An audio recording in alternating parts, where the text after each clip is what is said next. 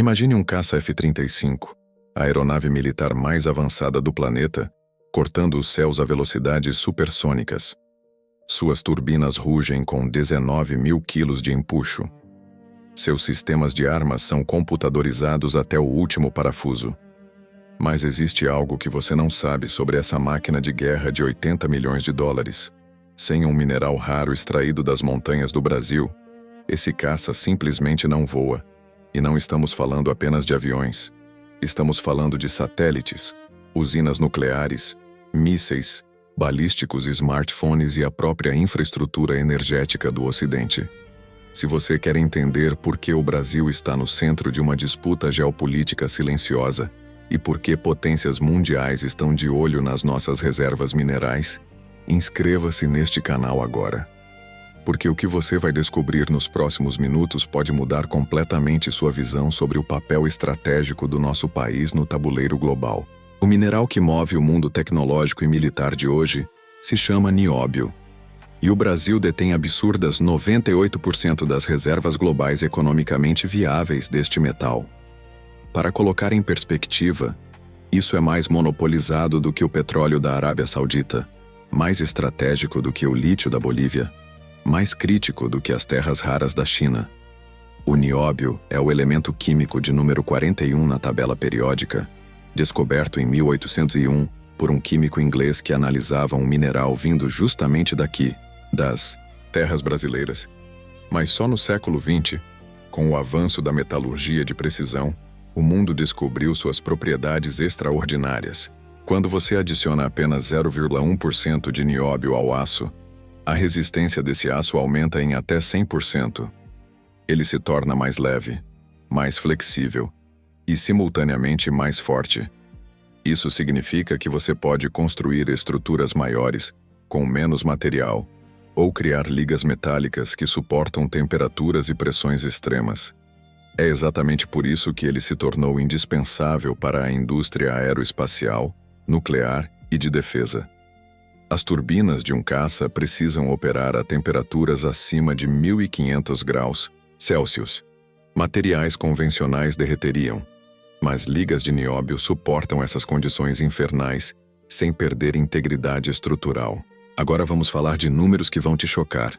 A maior mina de nióbio do mundo fica em Araxá, Minas Gerais. É operada pela CBMM, Companhia Brasileira de Metalurgia e Mineração. Sozinha, essa empresa responde por cerca de 80% da produção global de nióbio. Outros 15% vêm de outra empresa brasileira, a Niobras, também em Goiás. O restante do mundo todo, incluindo Canadá e alguns depósitos africanos, produz apenas 5%. Estamos falando de um monopólio de fato. E diferente do petróleo, que pode ser substituído por energias renováveis, ou do lítio, que tem alternativas emergentes em baterias de estado sólido, o nióbio não tem substituto viável na maioria de suas aplicações críticas. Cada turbina de avião comercial moderna, como as do Boeing 787 ou do Airbus A350, contém dezenas de quilos de ligas de nióbio. Cada usina nuclear de terceira geração usa nióbio em seus reatores para manter a estabilidade estrutural sob radiação intensa. Gasodutos que atravessam milhares de quilômetros em territórios árticos ou desérticos usam aço microligado com nióbio para resistir a variações térmicas extremas. E aqui está o ponto crucial. Sem o fornecimento contínuo de nióbio brasileiro, a capacidade industrial e militar do Ocidente entra em colapso progressivo. A OTAN sabe disso. O Pentágono sabe disso. A União Europeia sabe disso. E é por isso que, nos últimos anos, diversas delegações internacionais têm visitado discretamente Brasília. Não aparecem nos noticiários, não são anunciadas em coletivas de imprensa, mas estão acontecendo. São conversas sobre parcerias estratégicas, sobre investimentos em infraestrutura, sobre cooperação tecnológica. Mas a mensagem subliminar é sempre a mesma. Precisamos garantir acesso prioritário ao nióbio brasileiro. Aconteça o que acontecer no cenário geopolítico mundial. Vamos contextualizar isso dentro da atual crise de minerais críticos. Desde 2018, Com a guerra comercial entre Estados Unidos e China, o mundo acordou para uma realidade incômoda. A China controla entre 70% e 90% do processamento global de terras raras. Esses 17 elementos químicos são essenciais para ímãs de motores elétricos, turbinas eólicas, sistemas de defesa antimísseis, drones militares. Pequim usou esse controle como arma geopolítica diversas vezes. Em 2010, durante uma disputa territorial com o Japão, a China simplesmente cortou as exportações de terras raras para Tóquio. A indústria japonesa quase parou. Os Estados Unidos aprenderam a lição. O Pentágono criou uma lista de minerais críticos para a segurança nacional. Nióbio está no topo dessa lista, junto com tântalo, lítio, cobalto, grafite e terras raras. A diferença é que, para esses outros minerais, existe alguma diversificação geográfica. Mas para nióbio, a diversificação é uma ilusão. É Brasil ou nada. E isso coloca nosso país em uma posição de poder estratégico sem precedentes na história moderna. Mas aqui entra um paradoxo brasileiro que você precisa entender. Apesar de deter 98% das reservas globais de um mineral estratégico, o Brasil não define o preço do nióbio no mercado internacional. Esse preço é determinado por contratos de longo prazo, fechados há décadas, com cláusulas de reajuste que não refletem a real escassez do material. É como se a Arábia Saudita vendesse petróleo a $5 o barril, enquanto o mercado paga 80. Existe um descompasso entre o valor estratégico do nióbio e o retorno financeiro que o Brasil obtém com sua exportação. A CBMM, embora seja uma empresa de capital majoritariamente brasileiro, tem participação de grupos internacionais. Entre os acionistas minoritários estão empresas japonesas, chinesas e sul-coreanas. Cada uma dessas participações representa não apenas investimento financeiro, mas garantia de fornecimento. É uma estratégia de países desenvolvidos. Se você não pode controlar o território, controle a empresa. Se não pode controlar a empresa toda, garanta pelo menos uma fatia dela e assento no conselho. Agora vamos para o campo militar, onde a importância do nióbio se torna ainda mais crítica. Os caças de quinta geração, como o F-35 americano, o Su-57 russo e o J-20 chinês, dependem de superligas que combinam titânio e nióbio.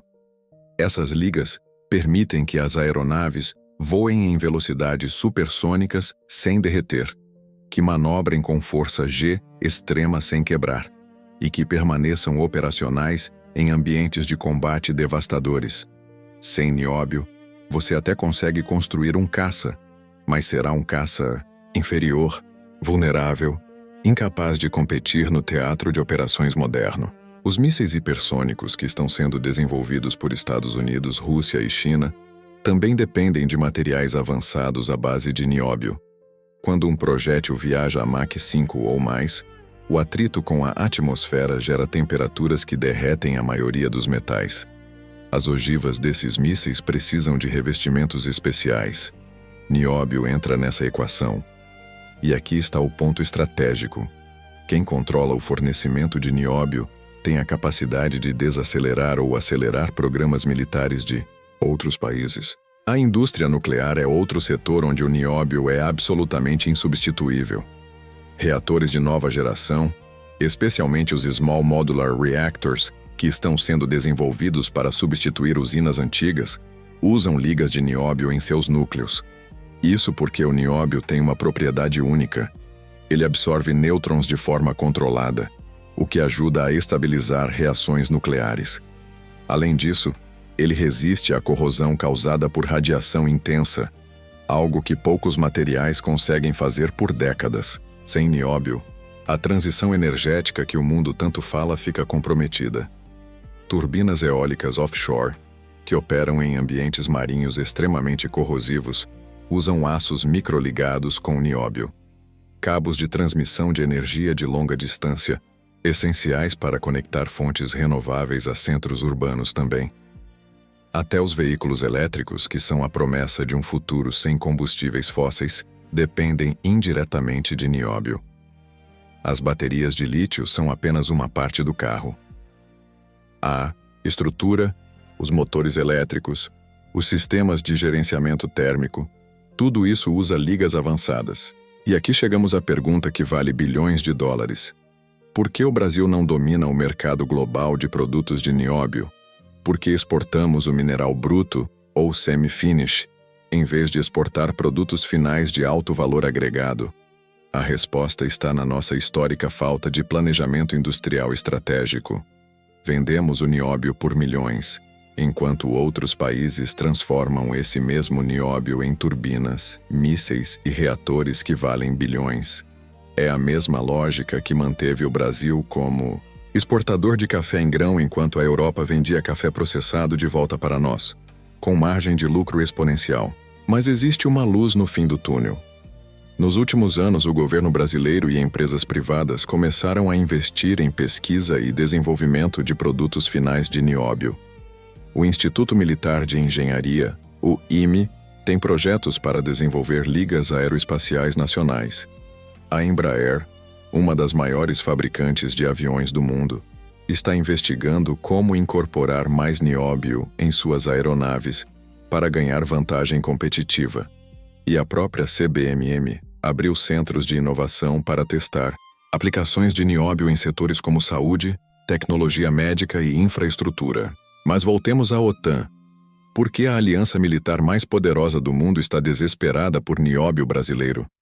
A resposta está na doutrina militar do século XXI. Guerras modernas não são mais travadas apenas com soldados no chão.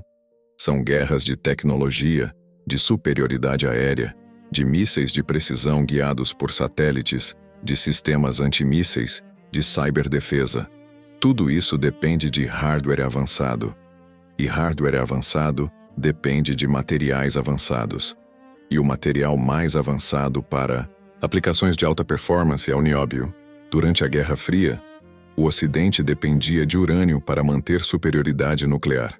Hoje depende de semicondutores e minerais raros para manter superioridade tecnológica. A China entendeu isso décadas atrás. Investiu pesadamente em terras raras, não só na extração, mas no processamento.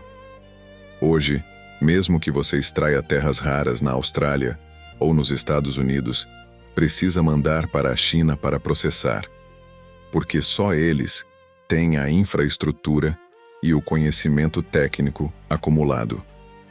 O Ocidente não quer cometer o mesmo erro com o nióbio. Por isso, as conversas sobre parcerias estratégicas com o Brasil se intensificaram. Em 2022, a União Europeia lançou o Critical Raw Materials Act, uma legislação que busca reduzir a dependência de fornecedores únicos para minerais críticos.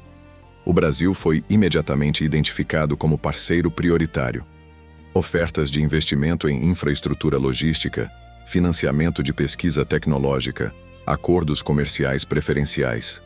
Tudo em troca de garantias de fornecimento de nióbio e outros minerais. É a nova colonização? Não exatamente, mas é certamente uma forma de neocolonialismo econômico, onde países ricos garantem acesso a recursos estratégicos de países em desenvolvimento através de dependência financeira e tecnológica. O Brasil precisa ser esperto. Temos o recurso, mas não temos a tecnologia para processá-lo em escala global. Temos o monopólio, mas não temos a capacidade de ditar preços, porque não criamos mercados de futuros. Não temos uma OPEC do nióbio. E isso é intencional.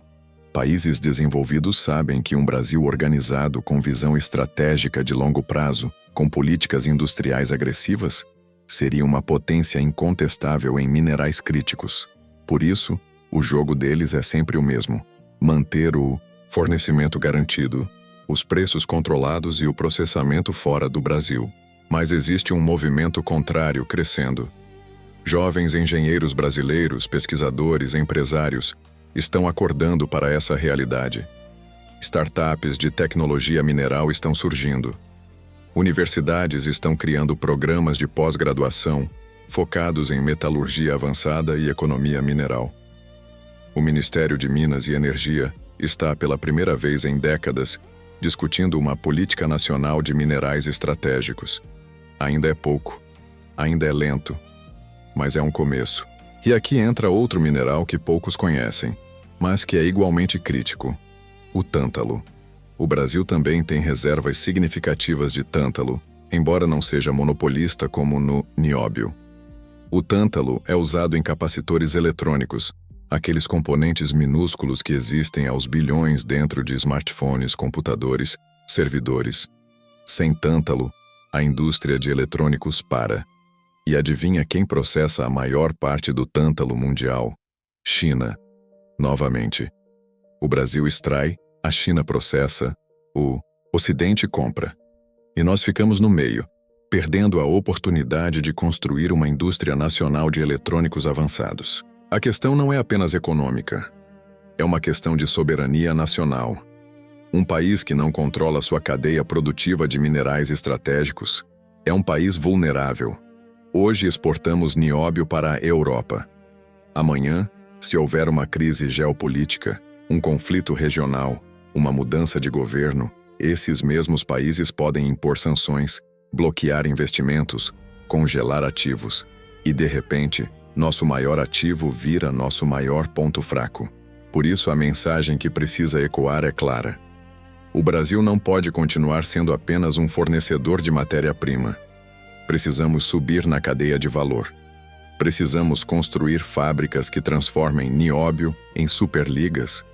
Precisamos ter empresas brasileiras fabricando turbinas aeronáuticas, componentes nucleares, estruturas aeroespaciais. Precisamos exportar tecnologia, não apenas minério. E isso exige investimento pesado em educação, em ciência, em pesquisa aplicada. Existem exemplos de países que fizeram isso.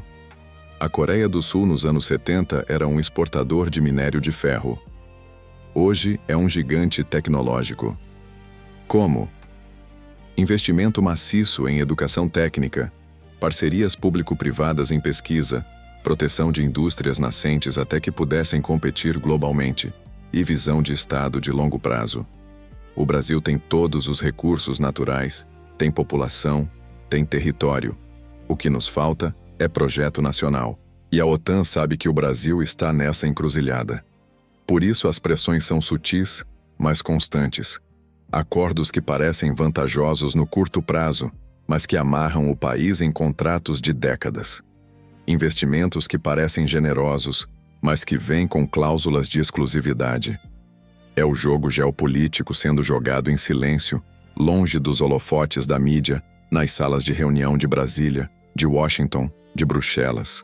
O futuro da tecnologia mundial passa pelo Brasil, querendo o mundo aceitar isso ou não. Veículos elétricos, aviões supersônicos, reatores nucleares de fusão, infraestrutura espacial, satélites de comunicação, sistemas de defesa antimísseis, tudo depende de materiais que só o Brasil pode fornecer em escala. Mas só teremos poder real se transformarmos essa vantagem geológica em vantagem tecnológica e econômica.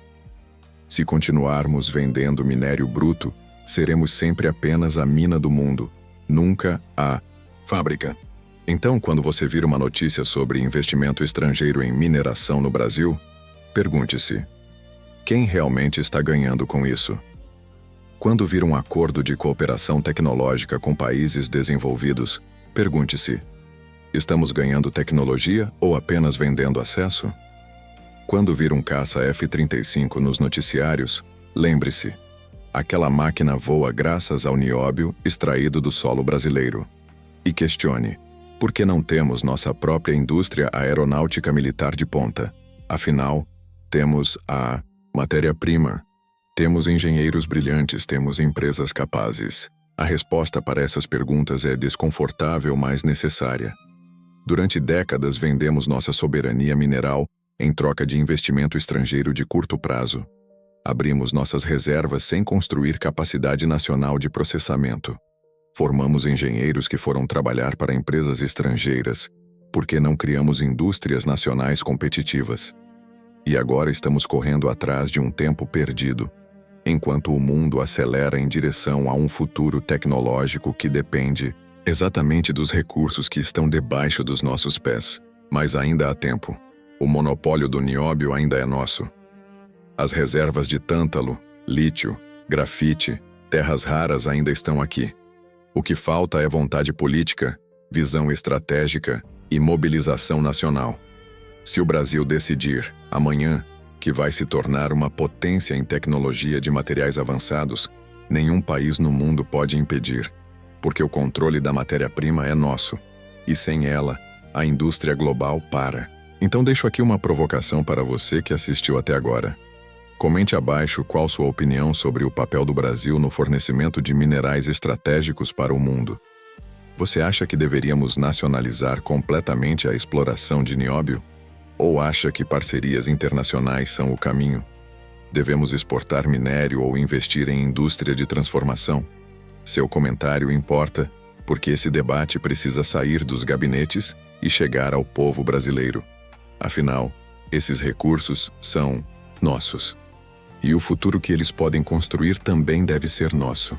O nióbio brasileiro não é apenas um metal raro. É uma ferramenta de poder geopolítico. É a chave para a soberania tecnológica. É a diferença entre ser um país que fornece matéria-prima ou um país que domina cadeias produtivas globais.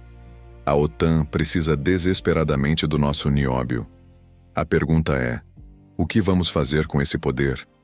Vamos continuar sendo apenas o fornecedor invisível que enriquece indústrias estrangeiras? Ou vamos, finalmente, transformar nossa riqueza mineral em riqueza nacional, em tecnologia nacional, em poder nacional? A escolha, no final das contas, é nossa.